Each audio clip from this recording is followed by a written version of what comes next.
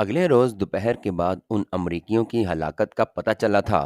ان کا دروازہ میں نے باہر نکلتے وقت اندر سے لاک کر دیا تھا اور دروازے پر نو ڈسٹرب کا بورڈ پہلے ہی لٹکا ہوا تھا۔ وہ تو رومز کی صفائی کرنے والوں نے ان کے روم کی صفائی کرنے کے لیے بار بار چکر لگائے، پھر دروازہ کھٹکھٹایا تو دروازہ نہ کھلنے پر انہوں نے ماسٹر کی سے تالا کھولا اور اندر داخل ہوئے اور صفائی کے بعد بیڈ شیٹ چینج کرنے کے لیے انہیں جگانے کی کوشش کی تو وہ نہ اٹھے۔ تب انہیں پتہ چلا کہ وہ تو ابدی نیند سو چکے ہیں۔ ہوٹل میں شور مچ گیا۔ انتظامیہ نے فوری پولیس کو کال کی۔ پولیس آئی، تفتیش شروع کی تو انہیں بتایا گیا کہ دروازہ اندر سے بند تھا اور صفائی والوں نے کھولا۔ پولیس کو فوری طور پر کوئی سراغ نہ مل سکا۔ ان کی باڈیز اٹھوا کر سرد خانے میں بھجوا دی گئیں۔ رسمی کاغذی کارروائی، ہوٹل میں ٹھہرنے والوں کی لسٹ اور ان لوگوں کا سامان لے کر پولیس چلی گئی۔ ان کے شناختی کارڈ اور پاسپورٹ بھی نہ ملے، اس لیے پولیس نے ان کے سفارت خانے بھی رابطہ نہ کیا۔ میں جانتا تھا کہ پولیس خاموشی سے واپس تو چلی گئی ہے اور ان کے اندھے قاتلوں کی لسٹ میں دو اور کا اضافہ تو ہو گیا ہے جس سے وہ ایسے ہی ہضم نہیں کرے گی۔ اور وہی ہوا۔ اس دن جب میں مریم کو مل کر واپس ہوٹل پہنچا تو دیکھا کہ پولیس کی کافی زیادہ نفری ایک ایس پی کے ساتھ ہوٹل کے ملازمین سے لے کر وہاں ٹھہرے ہوئے گیسٹ کی تفتیش اور کمروں کی تلاشی لے رہی تھی۔ ہر کمرے کی طرح میرے کمرے کے باہر بھی ایک سپاہی کھڑا تھا۔ میں نے کمرہ کھولا تو اس نے میرے ساتھ کمرے کی آ کر تلاشی لی اور چلا گیا۔ میں تھوڑی دیر بعد اپنے کمرے سے نیچے کافی شاپ میں آ کر بیٹھ گیا اور ایک کافی آرڈر کی۔ مجھے وہاں بیٹھے ابھی تھوڑی دیر ہی گزری تھی کہ ایس پی میرے پاس آ کر بیٹھ گیا اور مجھ سے میرے بارے میں پوچھا تو میں نے وہی رٹی رٹائی کہانی سنا دی۔ پھر اس کے بعد سوال و جواب کا سلسلہ شروع ہو گیا۔ اس نے کہا کہ مسٹر آصف علی، آپ اتنے مہنگے ہوٹل میں ٹھہرے ہوئے ہیں جبکہ پاکستانی مہاجر تو یہاں خستہ حالی میں دن گزار رہے ہیں۔ میں نے جواب دیا کہ مہاجر ہونے کا مطلب یہ نہیں کہ وہ مالی طور پر کمزور ہی ہو۔ میں اپنا تمام سرمایہ اپنے ہمراہ لایا ہوں اور اپنے معیار کے مطابق رہ رہا ہوں۔ میں ضرورت مند مہاجروں کی مالی امداد بھی کرتا ہوں۔ ایس پی نے کہا کہ آپ مالی طور پر اتنے مستحکم ہیں تو اپنا ٹکٹ خرید کر پاکستان کیوں نہیں چلے جاتے؟ میں نے جواب دیا کہ میرا چھوٹا بھائی ابھی ڈھاکہ میں پھنسا ہوا ہے، اس نے وہاں کسی کے ہاں پناہ لے رکھی ہے، میں اسی کا انتظار کر رہا ہوں۔ وہ یہاں آ جائے تو میں اسے فوراً لے کر یہاں سے چلا جاؤں گا۔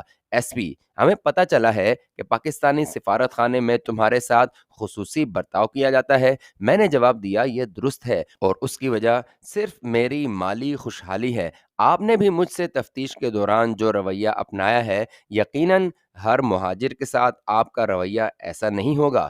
ایس پی، ہمیں آج ہی کسی ذریعے سے ایک پرانا بھارتی اخبار ملا ہے جس میں آپ کی تصویر کے ساتھ یہ بھی لکھا ہوا ہے کہ آپ مہاجر نہیں، پاکستانی جاسوس ہیں۔ میں نے ہنستے ہوئے جواب دیا، ایس پی صاحب، بھارت ہمارا دشمن ملک ہے، ہماری اس کے ساتھ 3 جنگیں ہو چکی ہیں۔ اس نے ہماری غفلت اور سیاسی بے چینی سے فائدہ اٹھاتے ہوئے ہمیں 2 ٹکڑوں میں تقسیم کر دیا ہے۔ جہاں تک بھارتی اخبار میں میری تصویر اور میرے جاسوس ہونے کا لکھا ہے تو مجھے بھی اس کا علم ہے۔ یہ بات بالکل من گھڑت ہے۔ چٹاگانگ میں میری ایک ہندو ملواڑی کے ساتھ کاروباری رقابت تھی۔ مشرقی پاکستان میں ملٹری ایکشن ہونے کے بعد وہ کلکتہ بھاگ گیا، جبکہ میں نیپال آنے کے لیے چٹاگانگ سے کلکتہ پہنچا تو وہاں اتفاقاً چورنگی میں اس کے ساتھ میری ملاقات ہو گئی۔ وہ بڑی آؤ بھگت سے مجھے ملا اور رات کے کھانے کی دعوت دی۔ یہ سمجھتے ہوئے کہ ان حالات میں وہ کاروباری چپکلش بھول چکا ہوگا،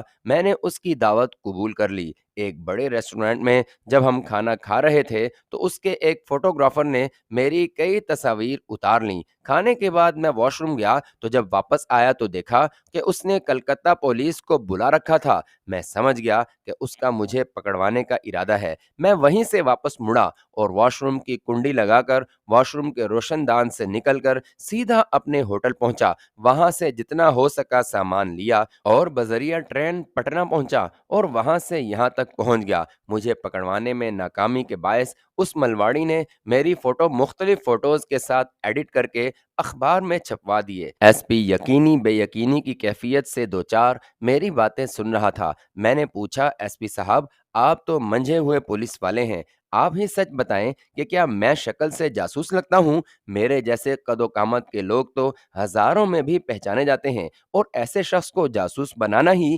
جاسوسی کے اصولوں کے خلاف ہے۔ ایس پی میری یہ آخری بات اور اپنی تعریف سن کر خاصا متاثر لگ رہا تھا۔ اس نے کہا، آپ ٹھیک کہتے ہیں، دشمنی میں لوگ بہت دور تک چلے جاتے ہیں، اور آپ کے ساتھ بھی ایسا ہی ہوا ہوگا۔ ویسے بھی آپ کے خلاف ہمارے پاس ثبوت ہی کیا ہیں؟ صرف ایک بھارتی اخبار جس پر آپ کی تصویر اور الزام شائع ہوا، جو ان کے بقول آپ نے بھارت میں کیے ہیں۔ نیپال میں آپ پر کوئی الزام نہیں ہے۔ اگر بھارت کو آپ کی ضرورت ہے تو وہ انٹرپول کے ذریعے ہماری حکومت سے رابطہ کرے۔ اخباروں، خاص کر بھارتی اخبارات کی تمام تر خبریں جھوٹ پر مبنی ہوتی ہیں۔ بندرگاہ نہ ہونے کی مجبوری سے بھارت ایسی ہی ناجائز باتوں کو بیس بنا کر ہم پر دباؤ ڈالتا رہتا ہے، جن کا حقیقت میں نام و نشان تک نہیں ہوتا۔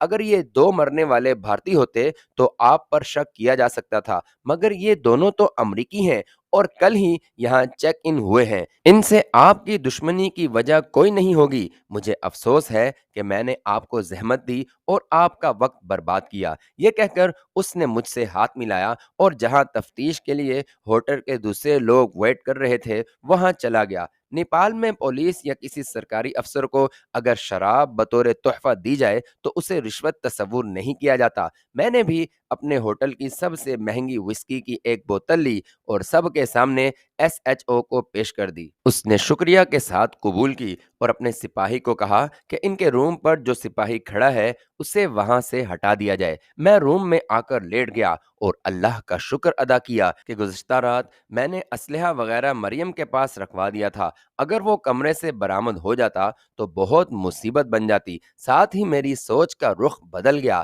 کہ آج سے پہر کو امریکیوں کی موت کا پتہ چلا اور چند گھنٹوں میں ہی میری تصویر والا اخبار پولیس اسٹیشن پہنچا دیا گیا۔ یقیناً کوئی میرے خلاف ثبوت اکٹھے کرنے کے لیے بالکل تیار بیٹھا ہے، اور یہ کام صرف بھارتی سفارت خانہ ہی کر سکتا تھا۔ لیکن سفارت خانے کو اتنی جلدی اطلاع کیسے مل گئی؟ یقیناً ہوٹل ملازمین میں ان کا کوئی آدمی ہوگا جو تمام خبریں ان کے سفارت خانے تک پہنچاتا تھا، ورنہ امریکیوں کی ہلاکت کا بھارتی سفارت خانے کو کیا واسطہ ہو سکتا تھا؟ اور امریکن سفارت خانے میں میری تصویر والے اخبار کا کیا کام؟ اور اب مجھے ہوٹل ملازمین میں سے اس بھارتی جاسوس کو تلاش کرنا تھا جو کسی وقت بھی میرے لیے انتہائی نقصان دہ ثابت ہو سکتا تھا۔ اپنے چینی دوستوں کو میں نے ہوٹل میں پولیس کو دیکھتے ہی باہر سے رخصت کر دیا تھا۔ ان کے لیے کمرہ بھی میں نے اپنے نام سے بک کروایا ہوا تھا۔ مجھے اسلحہ، خاص کر اپنا پسٹل، ساتھ رکھنے کی اتنی عادت پڑ چکی تھی کہ اس کے بغیر مجھے خود میں کچھ کمی محسوس ہو رہی تھی، اور ایسے حالات میں مجھے اس کی کسی بھی وقت ضرورت پڑ سکتی تھی۔ میں رات 1 بجے تک اپنے کمرے میں رہا اور پھر چینی دوستوں کے لیے بک کیے گئے کمرے میں جا کے سو گیا۔ اگلی صبح میں نے مریم کو گزشتہ رات کی پولیس کی پوری تفتیشی کارروائی کی تفصیل بتائی تو وہ بہت متفکر ہو گئی۔ میں جانتا تھا کہ غیر محسوس طور پر میرے گرد گھیرا تنگ کیا جا رہا ہے۔ اگرچہ بھارتی سفارت خانہ ابھی تک اپنے انتقامی خیال کو عملی جامہ نہیں پہنا سکا تھا، مگر اس کو اپنے ایجنٹوں کے ختم ہونے کی وجہ سے بہت دکھ تھا، اور وہ کسی بھی وقت مجھ پر بھرپور حملہ کر سکتا تھا۔ پولیس کو اتنی جلدی میری تصویر والی اخبار بھیجنے کا مطلب تھا کہ وہ میری ہر حرکت پر نظر رکھے ہوئے ہیں، اور میرا کھٹمنڈو میں زندہ رہنا سب اللہ پاک کا کرم تھا۔ اور مزید جو ڈی ایم آئی نے مجھے زندہ گرفتار کرنے کے احکامات جاری کیے ہوئے تھے، ورنہ اتنے بڑے جاسوسی کو چلانے والے بھارتی مجھے کسی وقت بھی گولی کا نشانہ بنا سکتے تھے۔ مجھے زندہ پکڑنے کی ان کی جستجو کی وجہ سے ان کے 20 ایجنٹ موت کے گھاٹ اتر چکے تھے۔ اپنی ان ناکامیوں کی وجہ سے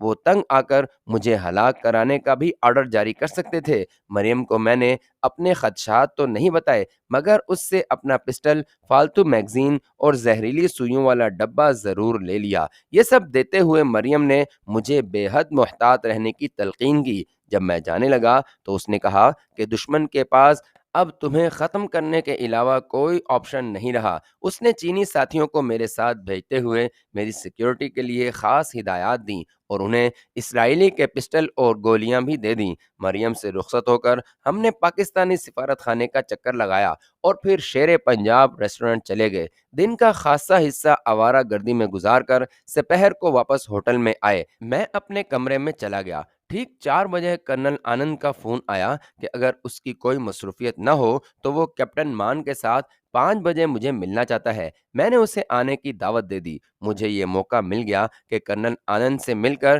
میں اسرائیلی جاسوسوں کے قتل کا ری ایکشن اس سے جان سکوں۔ ٹھیک 5 بجے میں کافی شاپ پہنچ گیا۔ تھوڑی دیر بعد کرنل آنند، میجر باسو اور کیپٹن مان بھی آ گئے۔ کرنل نے مجھے کہا کہ میجر باسو اس دن کے رویے کی معذرت کرنے آئے ہیں۔ میجر باسو نے معذرت خواہ انداز میں مجھے سوری کہا تو میں نے کہا آل اوکے، نو پرابلم، ایسا ہو جاتا ہے۔ میں نے ان کے لیے کافی اور سنیکس کا آرڈر کیا۔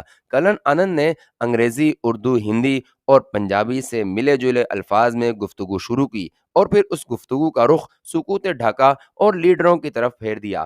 قارئین، میں یہاں کرنل آنند کی اس شام والی گفتگو کو مختصر ضرور لکھوں گا کیونکہ اس دن زیادہ ٹائم وہی گفتگو کرتا رہا اور جب وہ جانے لگے تو میرے لیے ایک سوالیہ نشان چھوڑ گئے۔ کرنل آنند نے سکوت ڈھاکہ سے پہلے پاکستان کے سیاسی حالات کا ذکر کرتے ہوئے کہا کہ مسٹر آصف، گویا یہ آپ کے ملک کا اندرونی معاملہ ہے جس کے متعلق مجھے اپنی رائے ظاہر کرنے کا کوئی حق نہیں، لیکن مشرقی پاکستان کو بنگلہ دیش بنانے میں ہمارے ملک کا بھی ہاتھ تھا۔ اس حوالے سے میں یہ بات کر رہا ہوں۔ اس وقت پاکستان کا صدر یحییٰ خان تھا جس کے شرابی، کبابی اور عیاش ہونے کی داستانیں دنیا بھر کے اخبارات میں شائع ہوتی تھیں۔ میرے پاس ٹائمز اور نیوز ورک کے 2 شمارے موجود ہیں جن میں یحییٰ خان کی رنگین مزاجی کی الف لیلہ والی داستانیں چھپی ہوئی ہیں۔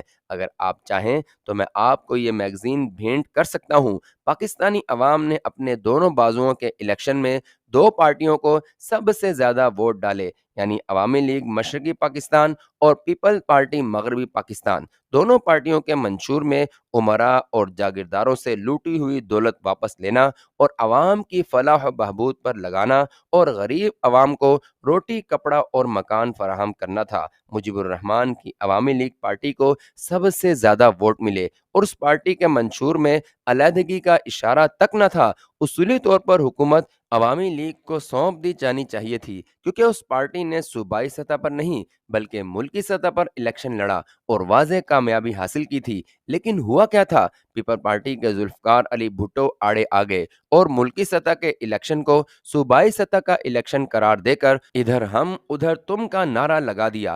حالانکہ اگر مجیب کو حکومت دی جاتی تو وہ پورے پاکستان کا وزیر اعظم بنتا اور پورے پاکستان کے مفاد کے لیے کام کرتا، مگر اسے گرفتار کر کے مغربی پاکستان لے جایا گیا۔ کیا آپ آج تک اس ڈیموکریٹ ورلڈ میں کوئی ایسی مثال دے سکتے ہیں کہ جیتنے والی پارٹی کے چیف ایگزیکٹو کو وزیر اعظم بنانے کے بجائے جیل میں ڈال دیا گیا ہو؟ کرن آنند ذرا دیر کے لیے رکا۔ وہ اپنی گفتگو یا اچھے الفاظ میں اپنے لیکچر کا مجھ پر اثر دیکھنا چاہتا تھا اور میری حالت ایسی تھی کہ میں سچ کی کڑواہٹ بڑی مشکل سے نگل رہا تھا۔ کرنل اپنی بات جاری رکھتے ہوئے بولا، یحییٰ خان کے اس عمل کو مشرقی پاکستان کے ووٹروں نے بڑی سنجیدگی اور جذباتی طور پر محسوس کیا تھا۔ ہمارے لیے یہ سنہری موقع تھا اور ہم نے انہیں اس بات کا یقین دلایا کہ مشرقی پاکستان والے چاہیں جیتیں یا ہاریں، حکومت ہمیشہ مغربی پاکستان کی ہی رہے گی۔ یحییٰ خان کے فوجی ہونے اور مارشل لاء کو بنیاد بنا کر ہمیں مشرقی پاکستانیوں کو پاکستانی فوج کے خلاف بھڑکانے کا بھی اچھا موقع مل گیا تھا۔ ان دنوں پاکستان میں ایسے سیاسی عجوبے ہو رہے تھے جن کی دنیا بھر میں مثال نہیں ملتی۔ اکثریتی پارٹی کے لیڈر کو جیل میں ڈالا گیا اور لاکھوں بنگالیوں یعنی مشرقی پاکستانیوں کو محض اس جرم کی پاداش میں گولیوں کا نشانہ بنایا گیا کہ وہ بنگالی بولتے تھے۔ بھٹو کو civil chief marshal law administrator بنایا گیا۔ یہ نیا عہدہ بھی دنیا میں پہلی دفعہ وجود میں آیا تھا۔ مسئلہ کشمیر پر پاکستان اور بھارت کے درمیان 3 جنگوں نے دونوں ملکوں کو ایک دوسرے کا دشمن بنا رکھا ہے۔ پاکستان کی سالمیت اور دنیا کی سب سے بڑی اسلامی ریاست کے جب مجیب بھٹو اور یحییٰ خان ہی ٹکڑے کرنے پر تلے ہوئے تھے تو ہم کیوں خاموش رہتے؟ ہم نے تینوں کی پیٹھ تھپکی، مالی اور مادی امداد دی اور جب ضرورت پڑی اپنی فوج جھونک دی۔ مسٹر آصف، ذرا غیر جانبدار ہو کر سوچیں۔ مجیب کو ہم نے نہیں، یحییٰ خان نے جیل میں ڈالا تھا۔ سلامتی کونسل میں بھٹو کو اس وقت فلو ہو گیا تھا جب پاک بھارت جنگ اپنے انجام کو پہنچ چکی تھی، اور پولینڈ کی قرارداد جس میں فوری جنگ بندی، دونوں ملکوں کی افواج کو واپس ان کی سرحدوں میں جانے اور مشرقی پاکستان کا تصفیہ کرنے کا کہا گیا تھا، اس قرارداد کو دونوں سپر پاورز یعنی روس اور امریکہ کی تائید حاصل تھی، کو ہمارے نمائندے نے نہیں بلکہ بھٹو نے پھاڑ ڈالا تھا۔ حالانکہ اس قرارداد کے مطابق بھارتی افواج جو ڈھاکہ کے قریب پہنچ چکی تھیں اور فتح یقینی ہو چکی تھی کو واپس بھارتی سرحد میں لوٹنا پڑتا، جبکہ پاکستانی افواج مشرقی پاکستان میں ہی رہنی تھیں۔ مغربی پاکستان کا 5,000 مربع میل کا علاقہ بھی پاکستان کو واپس مل جاتا، پاکستانی افواج کو ہتھیار ڈالنے نہ پڑتے اور نہ ہی 90,000 جنگی قیدی بنتے، مگر بھٹو نے ذلت خواری منظور کر لی۔ کس لیے؟ صرف مغربی پاکستان میں اپنی حکومت بنانے کے لیے۔ مسٹر آصف، میں مانتا ہوں کہ پاک بھارت کے سیاسی لیڈروں کی کرسی جب ڈگمگانے لگتی ہے تو وہ پاک بھارت جنگ کی باتیں کر کے عوام کو بیوقوف بنا لیتے ہیں، لیکن ہمارے اور آپ کے لیڈروں میں بہت فرق ہے۔ پاک اور بھارت کو آزاد ہوئے 28 سال ہو چکے ہیں۔ ہمارے پہلے وزیر اعظم پنڈت جواہر لال نہرو تھے، جبکہ ان کے بعد دوسرے وزیر اعظم لال بہادر شاستری بنے تو انہوں نے پنڈت کی ملکی خدمات کو بہت سراہا اور کہا کہ میں ان کے بنائے ہوئے اصولوں پر ملکی ترقی کو آگے لے کر چلوں گا، اور یہی الفاظ دوسرے وزیر اعظم کی موت کے بعد اندرا گاندھی جو کہ بھارت کی تیسری وزیر اعظم تھی نے کہے تھے۔ ہمارے ملک میں 28 سال میں 3 حکومتیں بدلیں، وہ بھی پہلے والے کے مرنے کے بعد۔ اس دوران آپ کے ملک میں 11 حکومتیں بدلیں، ہر حکومت کا تختہ الٹا گیا، ہر نئے آنے والے نے پچھلے کو کوسا اور برا بھلا کہا اور ان پر ملکی دشمنی کے بدترین الزام لگائے۔ ہمارے اور آپ کے ملک کے لیڈروں میں فرق یہ ہے کہ اپنی ذاتی کمزوریوں کے باوجود ہمارے ملک کے لیڈر اپنے ملک کے وفادار رہے، جبکہ آپ کے لیڈر اپنے ملک کے بھی وفادار نہیں ہیں۔ اگر ہمیں مجیب اور بھٹو کا آشیرواد نہ ہوتا تو ہم کبھی بھی جنگ میں نہ کودتے۔ ہم پاکستانی افواج کی حب الوطنی اور بہادری سن 65 کی جنگ میں دیکھ چکے تھے۔ ہمیں علم تھا کہ پاک فوج کٹ تو سکتی ہے مگر پیٹھ نہیں دکھا سکتی۔ یہ صرف آپ کے مقبول ترین لیڈروں کی تھپکی اور سبز جھنڈی تھی جس نے ہمیں پاکستان کی سیاسی بے چینی سے فائدہ اٹھانے کا موقع دیا۔ کرنل اور اس کے ساتھیوں کے ساتھ میری گفتگو کافی دیر تک جاری رہی۔ جب وہ رخصت ہوئے تو میرے لیے ایک بڑا سوالیہ نشان چھوڑ گئے جسے میں آج تک اپنے دل و دماغ سے دور نہیں کر سکا اور نہ میرے ذہن میں اس کا جواب آ سکا ہے۔ شاید آپ لوگ اس کا جواب دے سکیں کہ ان مفاد پرست لوگوں کے ٹولے سے کس طرح ہمارا ملک بچ پائے گا۔ کافی شاپ میں کافی دیر بیٹھا میں کرنل کی باتوں کے متعلق سوچتا رہا۔ دراصل اس دن میری کہی گئی باتوں کا اس نے آج جواب دیا تھا۔ کرنل آنند نے مجھ سمیت پوری پاکستانی قوم کو آئینہ دکھایا تھا۔ اس کی کہی ہوئی سب باتیں سچ پر مبنی تھیں۔ واقعی اس وقت پاکستان ایسے ہی حالات سے دوچار تھا جس کا بھارت نے بھرپور فائدہ اٹھایا۔ بھارت نے جوانوں کا برین واشنگ کا سلسلہ جاری رکھا اور 65 کی جنگ میں ہارنے کے بعد انہوں نے ایسا عمل شروع کیا کہ آج 1999 میں پاکستان کئی سیاسی پارٹیوں میں تقسیم ہو چکا ہے اور سب کا اپنا الگ منشور ہے، لیکن ایک منشور میں سب متحد ہیں اور وہ ہے دوسری پارٹی کو غلط کہنا۔ اس ملاقات کے بعد کئی مرتبہ کرنل آنند مجھ سے ملنے آتا رہا۔ ان ملاقاتوں میں وہ زیادہ تر بولتا اور میں کسی مناسب موقع پر چھوٹا سا جواب دے دیتا۔ کرنل ایک طرح سے میرا برین واش کر رہا تھا اور اسے نظر آ رہا تھا کہ وہ اس میں کامیاب ہو رہا ہے، مگر میرے ذہن میں تھا پاکستان کے خلاف ان کے پروپیگنڈا کی تہہ تک پہنچنا۔ کرن آنند سے ملاقاتوں کی تفصیل میں اپنے محکمے کو برابر بھیجتا رہا۔ ایسی ہی ایک ملاقات میں جب کرنل نے یہ محسوس کیا کہ میں اس کی باتوں سے خاصا متاثر ہو چکا ہوں، اس نے مجھ سے سوال کیا کہ بھارتی سفارت خانے میں تمہارے وہ کون سے 3 آدمی ہیں جنہیں تم لوگوں نے پلانٹڈ کیا ہے؟ اگر بتا دو گے تو مہربانی ہوگی۔ بطور ملٹری اٹاچی میرا یہ فرض بنتا ہے کہ میں اپنے سفارت خانے کو ایسے لوگوں سے پاک رکھوں، اور میرا یہ اس پر ذاتی احسان ہوگا اگر میں اس معاملے میں اس کی مدد کروں۔ ان سے پہلی گفتگو میں نے ان کے سامنے ذکر کیا تھا کہ ان کے سفارت خانے میں ان کی افواج کے ہیڈ کوارٹرز میں ہمارے آدمی پے رول پر کام کر رہے ہیں، اور میری وہ کہی ہوئی باتیں ضائع نہیں گئیں۔ ان کا یہ نتیجہ تھا جو کرنل مجھ سے ہیلپ مانگ رہا تھا۔ میں نے کرنل کو کہا کہ اس وقت اس موضوع کو چھیڑنا قبل از وقت ہوگا۔ میں نے ہنستے ہوئے کہا کہ کرنل، تم ہی پہل کر دو تاکہ میں تمہارے زیر احسان ہو جاؤں۔ اس ہوٹل میں تمہارے پلانٹڈ آدمی کو میں پہچان چکا ہوں اور اس کا برا حشر کرنے والا ہوں، لیکن تمہارے منہ سے اس کا نام سن کر مجھے یقین ہو جائے گا کہ تم مجھ سے سچائی اور دیانتداری سے مراسم بڑھا رہے ہو، جو آگے جا کر اعتماد کا وہ مقام بھی حاصل کر سکتا ہے جہاں میں تم کو ایسے سربستہ راز بھی بتا دوں جنہیں سن کر تم انگشت بدنداں زدہ ہو جاؤ گے۔ لیکن ہمارا تو کوئی آدمی اس ہوٹل میں نہیں ہے، کرنل نے جواب دیا۔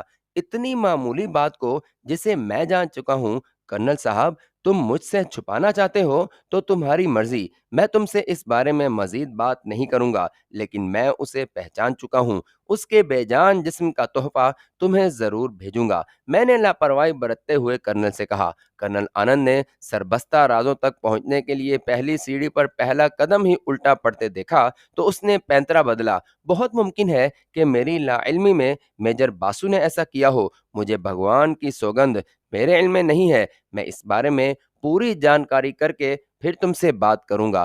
ابھی کوئی ایسا ویسا قدم نہ اٹھانا، کل شام تک تمہیں حقیقت معلوم ہو جائے گی، اور اگر میجر نے ایسا کوئی آدمی انگیج کیا ہے تو اسے فوراً ہٹا دیا جائے گا۔ کرنل میرا تحفہ بھیجنے کی دھمکی سے ڈر گیا تھا۔ اس کی باتوں سے میرا یقین پختہ ہو گیا کہ کوئی آدمی ہوٹل میں ضرور پلانٹ کیا گیا ہے۔ میں نے تو اندھیرے میں تیر چلایا تھا جو نشانے پر لگا تھا۔ کرنل کے جانے کے بعد میں ٹہلتا ہوا ٹیلی فون آپریٹر کے کمرے میں گیا اور اسے 500 روپے دیتے ہوئے کہا کہ امریکیوں کی ہلاکت والے دن کی دوپہر کی آؤٹ گوئنگ کال کی تفصیل چاہیے۔ اس نے پیسے جیب میں رکھے اور ساری لسٹ نکال کر میرے سامنے رکھ دی۔ اس کی ڈیوٹی سیکنڈ ٹائم تھی، اس لیے میں نے اس سے لسٹ لی اور اسے اگلے دن اس کی ڈیوٹی کے دوران واپس کرنے کا وعدہ کر کے لسٹ اپنے کمرے میں ساتھ لے گیا۔ بھارتی سفارت خانے کا نمبر ڈائریکٹری سے نکال کر لسٹ کے ساتھ میچ کرنے لگ گیا۔ اس روز دوپہر سے لے کر رات 11 بجے تک بھارتی سفارت خانے 3 کالز ہوئی تھیں، اور یہ کالز ہوٹل کے فون سے کی گئی تھیں، اور کرنے والا صفائی سے تعلق رکھتا تھا۔ اس کی ڈیوٹی سیکنڈ شفٹ میں تھی۔ میں نے اس کا اس دن پتہ کیا تو پتہ چلا کہ وہ ڈیوٹی پر نہیں آیا، اور اس کے بعد جب تک میں کھٹمنڈو میں رہا وہ مجھے دوبارہ نظر بھی نہ آیا اور نہ ہوٹل سے اپنے واجبات لینے آیا تھا۔ کرنل آنند سے اگلی میٹنگ کے دوران میں نے کہا کہ تم نے مجھے تحفہ بھیجنے کی زحمت سے بچا لیا اور اس ہاؤس کیپنگ کی جان بچ گئی۔ کرنل نے کھسیانی ہنسی ہنستے ہوئے کہا کہ ہماری اتنی تو تعریف کرو کہ بعض باتوں میں ہم بھی بہت تیز ہیں۔ اگر آپ جاسوسی، جذبات، سنسنی خیز واقعات سے بھری وطن کا سپاہی سیریز پہلی قسط سے دیکھنا چاہتے ہیں تو یہاں کلک کریں، اور اگر آپ اس چینل کی سب سے عجیب سیریز جس کی کہانی نے دلوں کو چھو لیا، حسن بن صبا دیکھنا چاہتے ہیں تو یہاں کلک کریں۔